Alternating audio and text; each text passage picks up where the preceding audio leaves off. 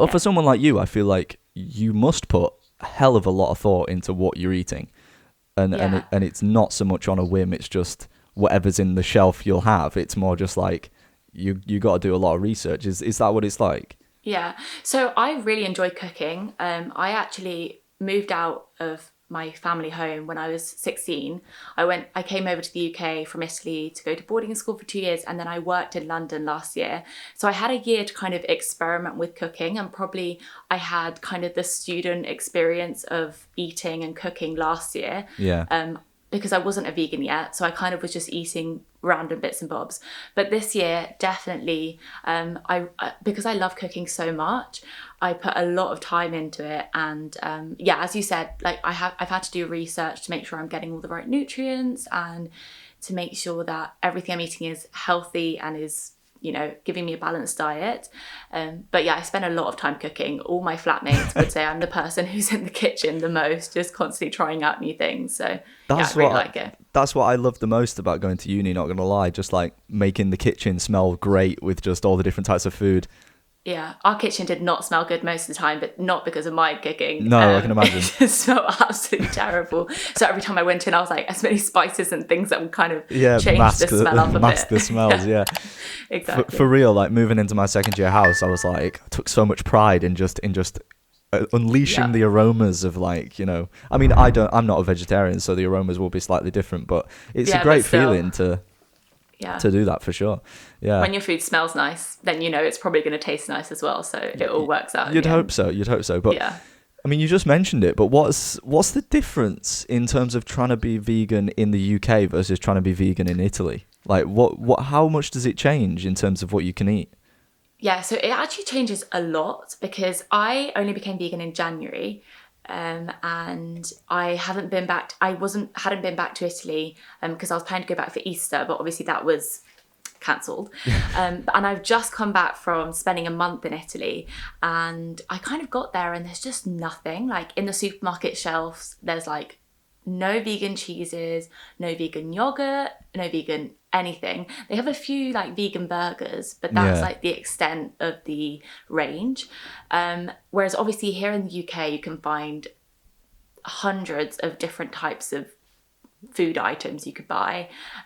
So that was definitely, I noticed that because I went to the supermarket one day, I was like, I really just want a pack of biscuits, and I couldn't find any biscuits, and I was just like, why am I here right now?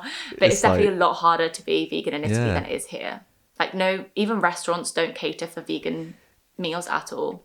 I mean, I was supposed to go to Italy last year, and because of that, I can't say for sure what it's like to eat in Italy, but from just what I can imagine, it doesn't seem like it's a particularly vegetarian or vegan focused society. Like a lot of their meals are like have bacon in them or pork or mince. Yeah, definitely. We have so it's very regional food in Italy, so kind of like depending on where you live, the food will be very different. You won't find the same things in two different regions. So in my region, it's mostly is actually vegetarian, which is great, but it's all very, very, very cheese based. So works well if you're vegetarian, not so well if you're a vegan. So when I was back in Italy, I actually just ate a lot of vegetarian food because I love going out for lunch and dinner in Italy, and so I just kind of decided to just eat cheese, and that was just gonna have to work. Yeah, because there was no other option.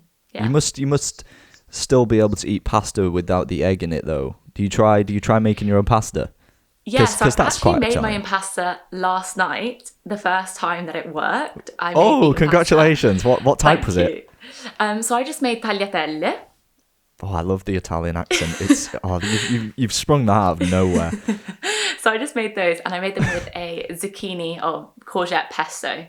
It was delicious. I was so happy it worked finally. I tried making it a few weeks ago and it absolutely failed. So it was great. Filmed a video about it as well, so I'm going to put that up soon. I'm just very happy it worked. Love the Italian accent, by the way. Thank you. Do you just pull it out as like a party piece? I love it. Whenever I can say anything in Italian, I'm always like, lasagna, tiramisu, just like anytime I can. But no, I love being able to speak Italian. Yeah. I'm guessing you don't get to try it much being in the UK. No.